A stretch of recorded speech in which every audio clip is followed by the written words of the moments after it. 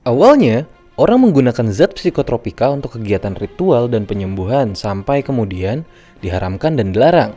Ketergantungan manusia modern pada narkoba dan alkohol memunculkan dugaan mungkin mabuk-mabukan adalah tradisi yang kuno, bahkan sejak masa prasejarah. Dua hal itu bahkan mungkin mendorong tumbuhnya suatu peradaban. So, nggak usah lama-lama lagi, tonton video ini sampai habis dan inilah Jejak Histori.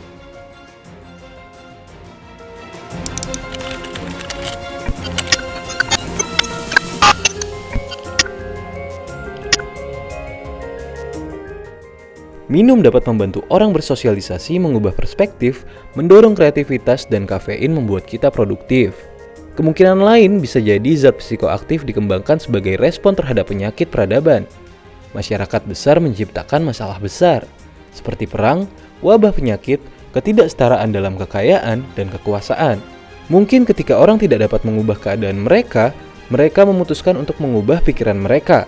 Sayangnya, menelusuri asal-usul kapan manusia membutuhkan narkoba sebagai pengalih pikiran itu tak mudah. Hanya sedikit bukti arkeologi yang bisa menunjukkan penggunaan narkoba pada masa prasejarah.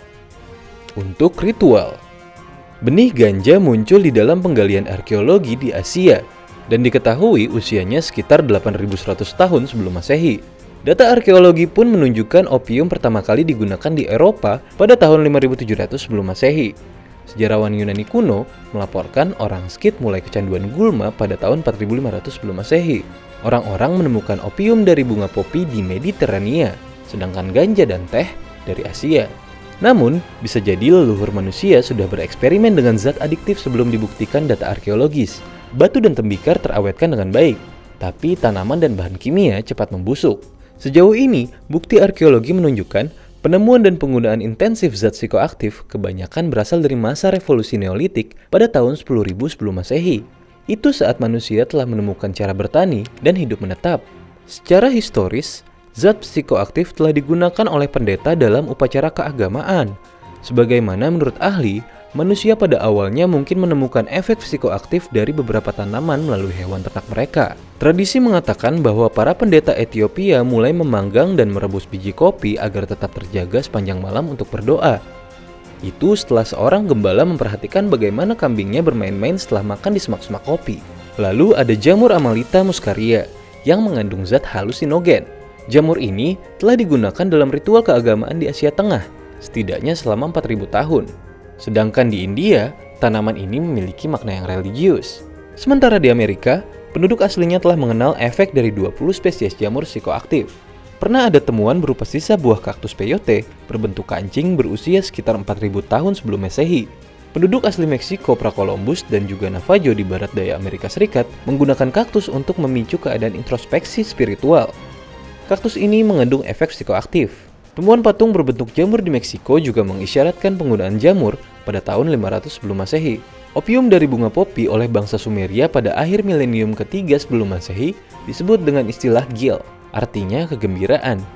Biji-biji dari bunga popi juga dipercaya menjadi obat untuk mencegah tangisan berlebih pada anak-anak. Ini terbaca dalam salah satu dokumen medis tertua umat manusia dari sekitar tahun 1500 sebelum Masehi.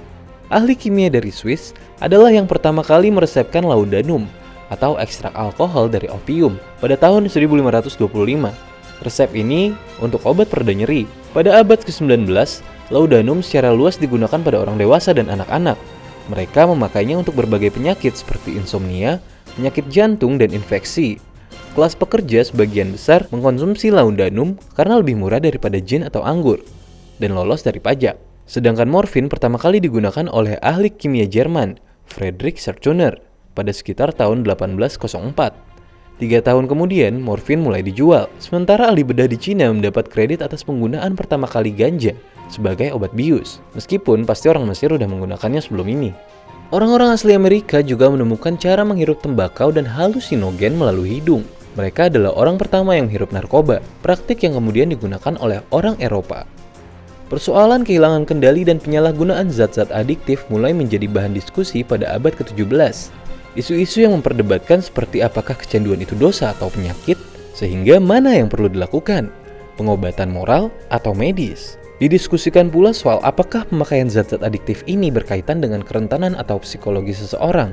Lalu ada juga yang memperdebatkan apakah zat ini harus diatur penjualannya atau tetap bisa diperjualbelikan secara bebas. Pada awal abad ke-20, ensiklopedia di negara-negara barat masih menyatakan orang dengan kesehatan mental dan fisik yang baik dapat menggunakan opium tanpa resiko ketergantungan.